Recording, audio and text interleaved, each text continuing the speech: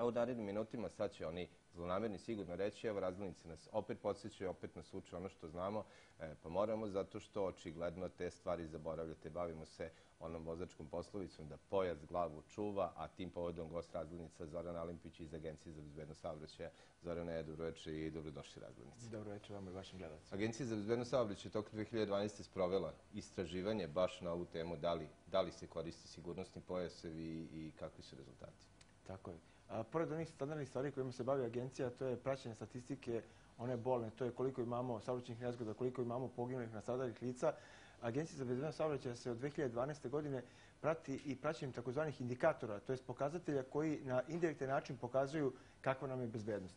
U te indikatore svakako spada korišćenje sigurnosnih pojaseva, spada korišćenje sigurnosnih sedišta za decu i spada svakako korišćenje zaštitnih kaciga za vozila dvotočkaša. Hoćemo krenemo od dobrih vesti ili od loših vesti? Hoćemo od plusa da krenemo ili od minusa?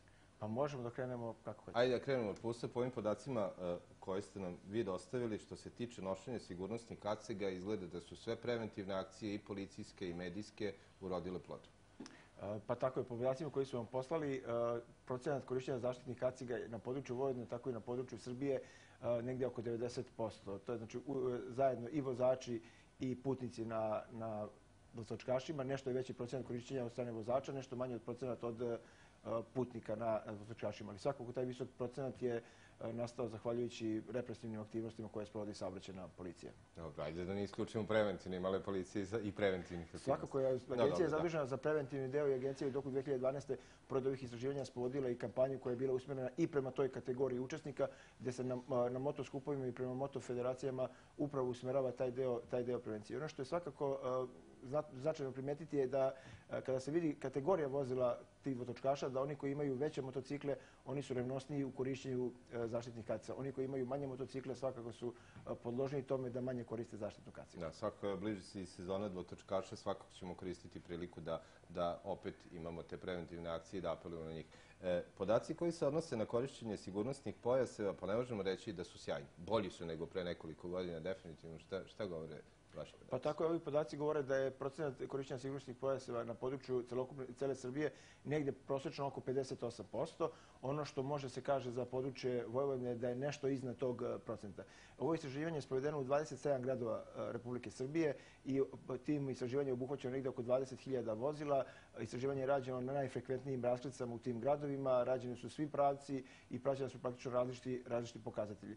Ono što možemo da kažemo da je u Vojvodini to rađeno u 7 najvećih gradova, sedištima okruga i da se taj procenat korišćenja razlikuje prosječno negdje od 62,3 u Novom Sadu do negdje oko 49 koji je u, čini mi se, u Sremskoj Mitrovici. Da, prema ovim podacima Novosađani su najbolji što se muškaraca tiče, a Somborci je najgori, kod njih samo 40%. Ono što je poražavajuća činjenica, svakako je bilo i preventivnih akcija i apela, to je jako mali procenat korišćenja pojasa na zadnjem sedištu, putnika na zadnjem sedištu. Tako je, i pored svih apela i pored svih sprovedenih kampanja, procenat korišćenja sigurnosnih pojasa na zadnjem sedištu na području cele Srbije jako mali i kreće se negdje u prosjeku oko 10%, znači od 3 do 14% u zavisnosti od sredine do sredine, opet u zavisnosti od okolnosti do okolnosti. Naše istraživanje su pokazale da je taj procenat, kada smo radili istraživanje na raskrstama, znatno manji nego što je veći, ali opet nedovoljno veliko, od 14% kada smo radili istraživanje u zoni škola i predškolskih ustanova. Da čak i kad imamo decu kao putnike, imamo jako malo korišćenja sigurnosnih pojaseva. Da li su ljudi u stvari svesni opasnosti nekorišćenja? Za prednje sedište smo pričali nebrojeno puta. Ponavljali smo i za zadnje, ali zašto to nikako ljudima da uđe u svest? Pa čini mi se da nisu dovoljno svesni i čini mi se da se zanemaruje činjenica da su upravo deca kao ugrožena kategorija najviše ugroženi kao putnici i najviše ugroženi kao putnici u vozilima svojih roditelja. Ovi pokazatelji koji imamo da se deca u vozilima koriste bez korišćenja sigurnosnih pojasa ili bez korišćenja sigurnosnog sedišta su svakako zabrinjavajući i u 2013. godini ćemo ono što je u nadležnosti Agencije za bezbednost saobraćaja svakako usmjeriti aktivnosti da u tom delu povećamo kampanje i da u tom delu pokušamo da apelujemo na svest roditelja i na značaj toga šta je dete kada nije vezano i šta se dešava u slučaju saobraćajne nezgode sa detetom kao faktorom koji nije vezan u vozilu koji učestvuje u saobraćajnoj nezgodi. Apsolutno, evo i ti podaci neki koji govore, znači što se tiče bezbednosti sedišta, najbolji su Somborci sa nekih 30%, najgori Zrenjaninci gde samo 4% ispitanih vozača koristi sigurnosno sedište. I tu je opet pitanje, imali ste kampanje, saobraćajna policija isto reagovala, mediji su stalno o tome govorili. Da li je moguće da roditelji ne shvataju tu jasnu poruku? Šta treba da se desi da bi shvatili? Ono što je zabrinjavajuće ovim podacima je da je ovaj deo istraživanja vršen u zonama predškolskih ustanova i školskih ustanova u ovih 7 gradova. I ako imamo tako niske pokazatelje kod predškolskih ustanova da dolaze deca do 6 godina, kao što znate, pozitivnim propisima, to je Zakon o bezbednosti, je propisano da u Srbiji deca do 3 godine su obavezni da budu u sigurnosnom sedištu. Deca koja su preko 3 godine moraju da budu vezana, pritom postoje oni podmetači ili boosteri koji se koriste za decu koja su niža od 150 cm. A roditelji idu onom logikom, pa to je samo 2 ulice dalje, ili u te 2 ulice može svašta da se desi.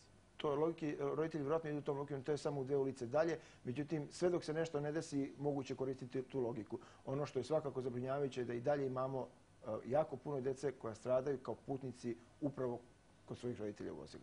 Nadam se da će i ove razgovore, sve ono što budemo radili u narednom periodu, doprineti tome da imamo što manje i dece žrtava saobraćajnih nezgoda, naravno i odrasli. Znači, poštovanje saobraćajnih propisa je negde osnovna poruka koju možemo uputiti. Svakako apel Agencije za bezbednost saobraćaja uvijek da svi učesnici u saobraćaju poštuju saobraćajne propise kako bi oni i drugi učesnici bili bezbedniji. Ono što ćemo mi uraditi u 2013. godini ćemo svakako usmeriti aktivnosti na najranjivije kategorije, na decu, na bicikliste, na vozačkaše, na pešake u saobraćaju, na stare osobe i time pokušati da skrenemo pažnju i taj deo priče preventivni pojačamo maksimalno. Zoran, hvala što ste bili gost Razgovora.